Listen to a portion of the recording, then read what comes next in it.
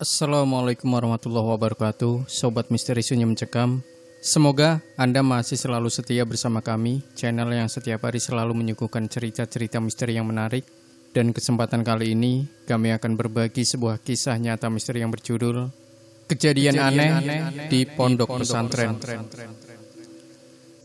Tahun 2016 menjadi perjalanan saya menempuh jenjang sekolah menengah atas. Ya, saat itu adalah tahun ajaran baru bagi para siswa baru. Selain memilih sekolah yang memiliki rekam jejak yang bagus, hal lain yang biasanya menjadi pertimbangan adalah tempat tinggal.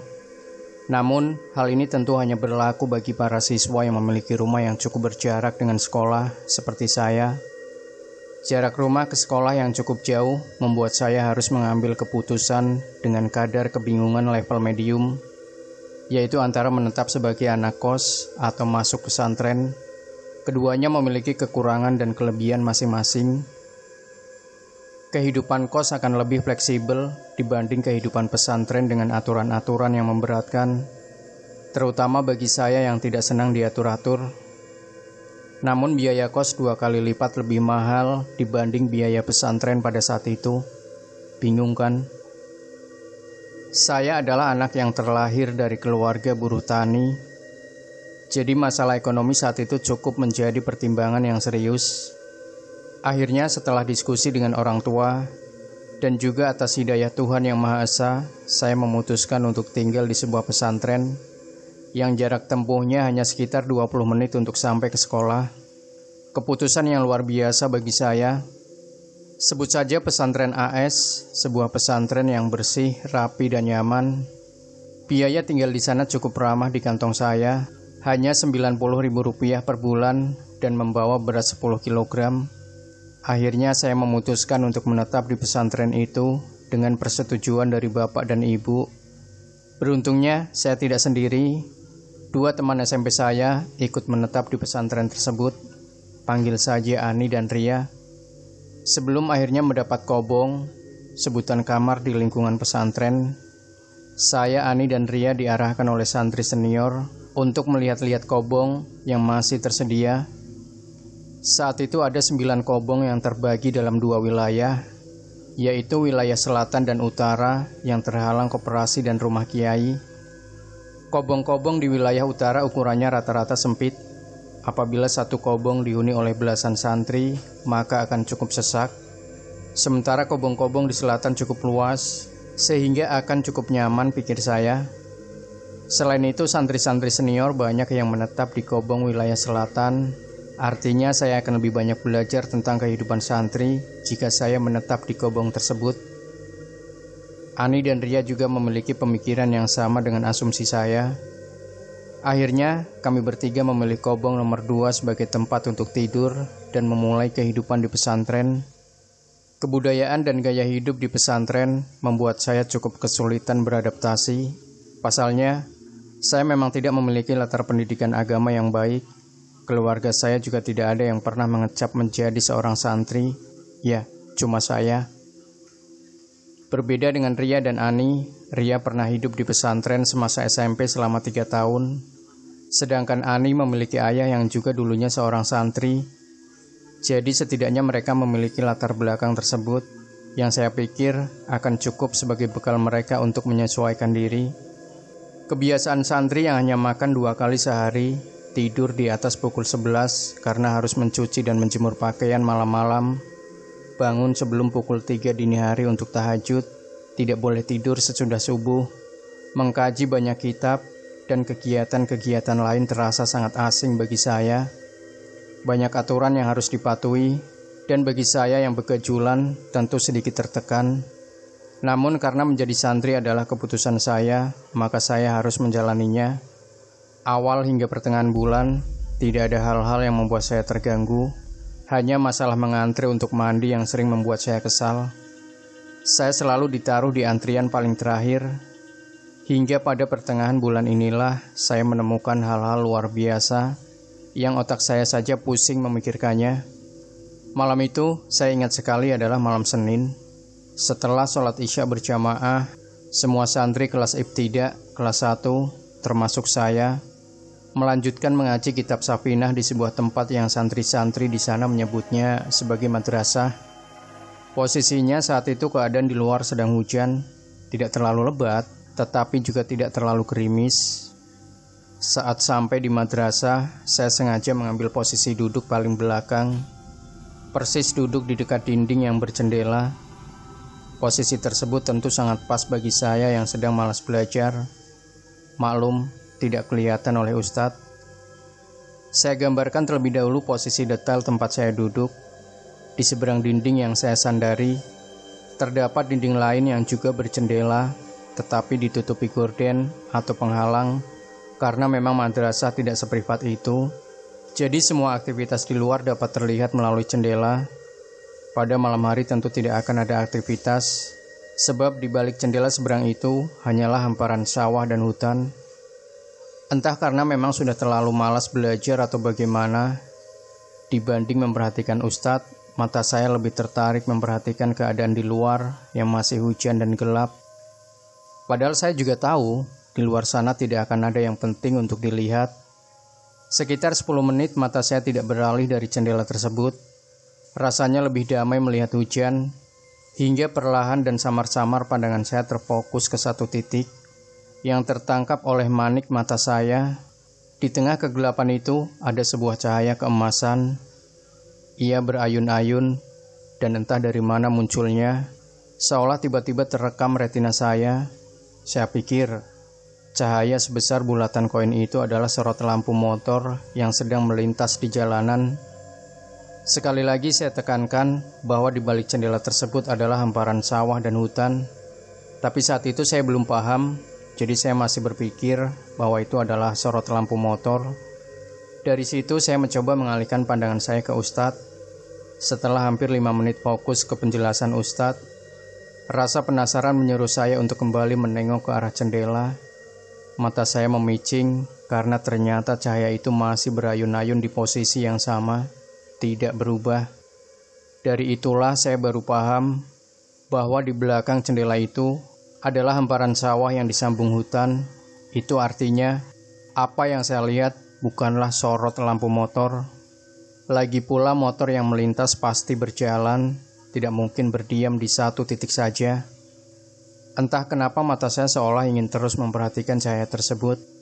Saya perhatikan dengan seksama. Cahaya itu semakin lama terlihat semakin besar.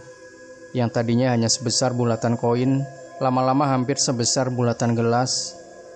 Saya juga baru menyadari bahwa cahaya yang saya lihat itu tampak seperti bola api. Saya masih berpikir secara logis dan positif. Di pikiran saya saat itu, mungkin memang ada orang yang sedang membuat api unggun di hutan, atau sedang mengusir hama di sawah memakai bakaran. Namun, sepersekian detik kemudian, saya cepat-cepat memutar kepala ke arah jendela dekat tembok yang saya sandari. Dan itu posisinya masih hujan. Jadi sangat tidak mungkin api menyala di tengah hujan. Ditambah cahaya itu berayun-ayun, tidak diam di satu titik saja. Pikiran saya sudah benar-benar sangat tidak fokus. Kemudian saya memberanikan diri untuk kembali menengok ke jendela di seberang. Cahaya mirip api itu masih ada, masih berayun-ayun, hingga akhirnya cahaya mirip api itu perlahan menghilang saat Ustadz mengakhiri kajian kitab Safinah malam itu. Saya tidak cerita ke Ani maupun Ria, tidak bercerita kepada siapa-siapa. Hanya saja 2 hari setelah kejadian janggal itu, 3 santri senior bersama saya dan Ria berbincang-bincang tentang pengalaman mistis masing-masing. Entah siapa yang memulai, tapi obrolan mengalir begitu saja hingga berakhir pada topik tersebut. Saya, Ria, dan beberapa santri senior di pesantren saling bertukar cerita selepas maghrib. Karena kebetulan semuanya sedang haid, jadi kami tidak ikut ke madrasah maupun ke masjid. Saya, Ria, dan 3 santri senior, sebut saja namanya Kak Ida, Kak Neneng, dan Kak Wulan, mulai menceritakan pengalaman masing-masing. Mulai dari Ria yang pernah diserupai jin, Kak Neneng bertemu dirinya sendiri di kamar mandi rumah sakit, Kak Ida yang selalu dibisiki tiap malam di kamar rumahnya, dan Kak Wulan yang pernah kesurupan, hingga rohnya dibawa ke istana gaib di bawah laut. Sementara saya, yang sama sekali belum pernah mengalami hal mistis, hanya asik mendengarkan. Kamu gak pernah ngalamin hal-hal kayak gitu? Tanya Kak Neneng tidak percaya. Saya mengiyakan, tapi setelah itu saya tiba-tiba teringat dengan kejadian aneh tentang cahaya mirip api yang sebelumnya saya lihat dari jendela di seberang madrasah. Saya tidak terlalu yakin ini masuk ke pengalaman mistis atau bukan, tapi pada akhirnya saya ceritakan kepada 4 orang yang ada di kobong itu secara rinci. Semua santri senior menampilkan wajah yang sedikit terkejut dan saling berpandangan. "Oh, jadinya yang kena itu kamu?" timpal Kak Ida. Saya mengernyit tidak paham. Maksudnya kena apa nih? Batin saya. "Itu cahayanya deket nggak?" tanya Kak Wulan. Saya jawab seadanya, seperti apa yang saya lihat. Faktanya memang cahaya tersebut sebesar bulatan gelas, dan di penglihatan saya terbilang cukup jauh. 3 santri senior itu seperti bernafas lega. Saya semakin bertanya-tanya tentang apa yang sebenarnya saya lihat, dan kenapa reaksi yang mereka berikan seperti tersirat kekhawatiran. Itu bola api. Biasanya menampakkan diri ke salah satu santri yang baru masuk ke pesantren ini. Udah biasa, udah dari dulu. Katanya, kalau bola api itu kelihatan jauh, berarti kamu aman. Tapi, kalau kelihatannya dekat di mata kamu harus hati-hati. Jelas Kak Ida yang jujur itu membuat bulu kuduk saya merinding. Tapi gak usah dipikirin ya, kamu aman kok kalau memang kelihatannya jauh. Kak Neneng menenangkan. Saya hanya mengangguk-ngangguk, padahal saya masih merasa tidak tenang. Pasalnya, setelah bercerita itu, kejadian aneh lagi-lagi saya alami di pesantren ini. Kejadian ini terjadi sekitar pukul 11 malam setelah kami bertukar cerita. Perlu diketahui, ketika sedang haid, saya adalah tipe orang yang selalu merasa tidak nyaman jika tidak ganti pembalut sebelum tidur. Alhasil di pukul 11 malam itu, saat santri-santri lain sedang bercengkrama di kobongnya masing-masing, saya ke kamar mandi yang jaraknya hanya beberapa langkah dari kobong. Posisi kamar mandi pesantren hanya terhalang oleh kobong nomor 1 dan anak tangga yang menuju tempat penjemuran baju. Biar ada gambaran, jadi dari kobong saya menuju kamar mandi itu arahnya berbentuk huruf T, lurus, lalu ada persimpangan kiri dan kanan. Posisi anak tangga itu berada sebelum belok ke arah kiri. Ada 3 kamar mandi di pesantren, 2 di sebelah kiri dan 1 di sebelah kanan. Kamar mandi di sebelah kanan, posisi pintunya tertutup dan terdengar suara gayung yang menyibak air. Artinya ada orang di dalam. Saya menengok ke sebelah kiri, yang mana ada 2 kamar mandi, tapi salah satunya sudah tidak berfungsi. Kamar mandi pesantren yang tidak berfungsi itu letaknya persis bersebelahan dengan anak tangga. Sementara kamar mandi yang masih berfungsi adalah yang paling ujung. Kamar mandi yang berfungsi hanya ditutupi gorden, bukan pintu. Dan sama, kamar mandi di ujung itu juga gordennya tertutup, ada sibakan air pula. Alhasil, saya harus menunggu. Saya duduk di anak tangga yang bersebelahan dengan kamar mandi yang rusak itu. 5 menit, 10 menit, belum ada juga yang keluar, baik dari kamar mandi di kanan maupun kiri. Saya yakin orang di kamar mandi sebelah kanan itu sedang mencuci baju, karena terdengar suara ember saling beradu. Berbeda dengan kamar mandi di sebelah kiri, yang hanya terdengar sibakan air tipis-tipis. Saya tidak tahu orang yang berada di dalamnya sedang apa. Selang beberapa menit, saya kaget karena di depan saya ada aliran air bercampur darah yang asalnya dari arah kiri. Jadi memang tepat di depan saya duduk itu ada semacam selokan. Selokan tersebut adalah tempat mengalirnya air pembuangan dari kamar mandi di sebelah kiri. Jadi kalau misal ada aliran air di selokan itu, artinya ada orang yang sedang mengisi kamar mandi kiri.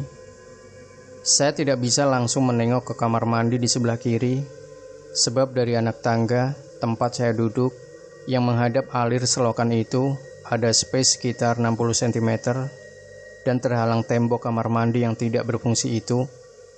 Saya berdiri, kemudian segera melangkah maju agar bisa melihat keadaan sekitar kamar mandi dari luar.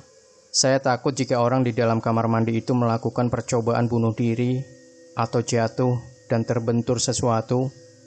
Setelah saya maju beberapa langkah dan melihat keadaan dari luar, ternyata memang aliran darah itu berasal dari kamar mandi tersebut. Saya perhatikan dari jauh, aliran darah yang bercampur air itu seperti tersendat-sendat. Dan saat itu saya langsung berpikir bahwa itu adalah aliran darah dari orang yang sedang mencuci darah haid di pembalutnya. Atas pikiran itu, saya lebih merasa tenang. Akhirnya saya kembali duduk di anak tangga dan mata saya terus disajikan aliran darah saat itu. Selang 5 menit, aliran darahnya tidak kunjung berhenti. Batin saya, apa sebanyak itu darah haidnya? Ditambah dengan warna darah yang mengalir itu tidak memudar atau tidak menunjukkan tanda-tanda akan bersih. Saya mulai deg-degan, takut dengan overthinking saya sendiri. Lagi-lagi saya bangkit, kembali memperhatikan aliran darah tersebut dari arah kamar mandi pesantren. Tetap sama, aliran darahnya tetap tersendat-sendat dan warnanya tidak memudar. Akhirnya dengan segenap keberanian, saya mencoba mendekati kamar mandi tersebut. Khawatir saya memang ada kecelakaan di kamar mandi, atau parahnya ada yang melakukan percobaan bunuh diri. Saya juga tidak mau disalahkan karena tidak segera memberitahu ke pihak pondok pesantren. Setelah sampai di pinggir gorden kamar mandi, saya berusaha sesopan mungkin dengan permisi dan menanyakan ada atau tidaknya orang di dalam. Tidak ada jawaban. Saya masih melihat aliran darah itu persis mengalir di sebelah kaki saya. Saya mencoba untuk permisi sekali lagi. Barangkali yang di dalam tidak mendengar, tetap hening. Karena tidak ada jawaban itulah, pada akhirnya saya berani untuk perlahan-lahan membuka gorden kamar mandi. Saya jelaskan bahwa posisi saya saat permisi itu membelakangi gorden. Dari ekor mata, saya tidak melihat orang. Sampai akhirnya saya sibak gorden tersebut dengan satu kali hentakan. Saya langsung balik badan menghadap kamar mandi. Dan apa yang saya lihat, tidak ada apa-apa. Saya menunduk, aliran darah itu pun tidak ada. Saya menengok ke arah selokan tempat darah mengalir itu pun bersih. Tidak ada bau anyir sama sekali. Otak saya blank sebentar. Sampai akhirnya saya sadar dan lari menuju kobong. Yang niat awalnya saya ingin mengganti pembalut, tidak jadi. Bodoh amat. Besoknya saya pingsan saat upacara peringatan Hari Guru. Setelah dicek tim medis, tekanan darah saya turun drastis menjadi 70/80. Hingga perawat di pesantren yang memeriksa saya bilang, "Kok di tekanan darah segini masih bisa bertahan ya?" Saya hanya diam. Setelahnya saya demam selama 3 hari dan berlanjut dirawat di rumah sakit karena tekanan darah saya yang tak kunjung naik. Setelah kejadian-kejadian aneh itu juga, saya memutuskan untuk keluar dari pesantren dan memilih kos. Demikian Sobat Misteri Sunyi Mencekam, tinggalkan komentar Anda, like, share video ini, subscribe channel Sunyi Mencekam, dan kembali nantikan cerita-cerita misteri terbaru dari kami. Wassalamualaikum warahmatullahi wabarakatuh.